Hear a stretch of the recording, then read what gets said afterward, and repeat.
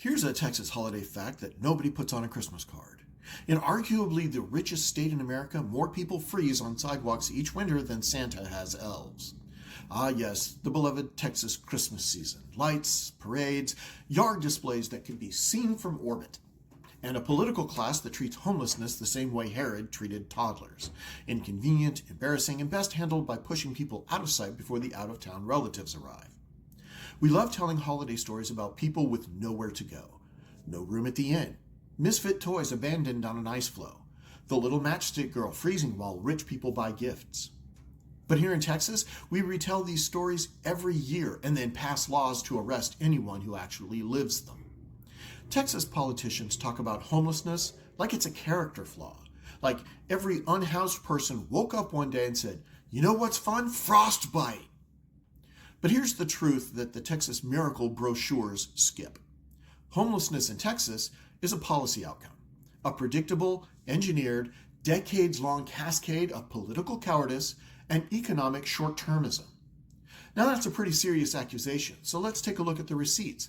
We've paved over affordable housing, deregulated everything except the systems that would actually help people, and built entire cities around the idea that if you can't afford shelter, then by God, you better not look unsheltered either. And the moralizing? Oh, that's peak Dickensian.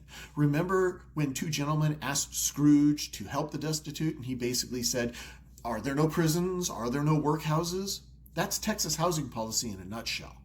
Aren't there jails? Aren't there anti-camping ordinances? What about sending them to the next county over? Meanwhile, and this is personal, my wife and her friends are literally driving to open fields, drainage areas, and forgotten corners of our town to bring the unhoused people socks, coats, blankets, and dignity. Admittedly, church groups help too, but many of these groups want the unhoused to come to their building, as if trauma, addiction, and mental illness all follow predictable business hours. Homelessness is not a moral failure, but pretending it is, that's a political one. And here's the absurd part. If Texas treated the nativity story the way we treat actual homeless families, Joseph and Mary would have been fined for unauthorized camping. Baby Jesus would have been removed by CPS, and the wise men would have needed a special events permit just to approach the area. We say, love thy neighbor, but apparently that only applies if your neighbor can afford HOA dues. Texas politicians champion bootstraps, but almost half of the unhoused population are veterans, and trust me, as a Marine, there's nothing more insulting than implying that people who survived war somehow can't survive a lease agreement. Texas has the land. It has the money. It has the ability. What Texas doesn't have is a leadership with the courage to admit that the system is rigged, broken, and backward. Instead, we get amateur and quite frankly mediocre cosplayers in the legislature playing frontier cowboy while actual human beings freeze under overpasses in a state that brags about freedom. A real libertarian solution doesn't start with punishment. It starts with removing barriers, decentralizing power, and letting communities act without state interference. Legalize micro-housing, ADUs, and low-cost shelters without 10 years of zoning warfare. Strip cities of their power to criminalize homelessness under the excuse of public order.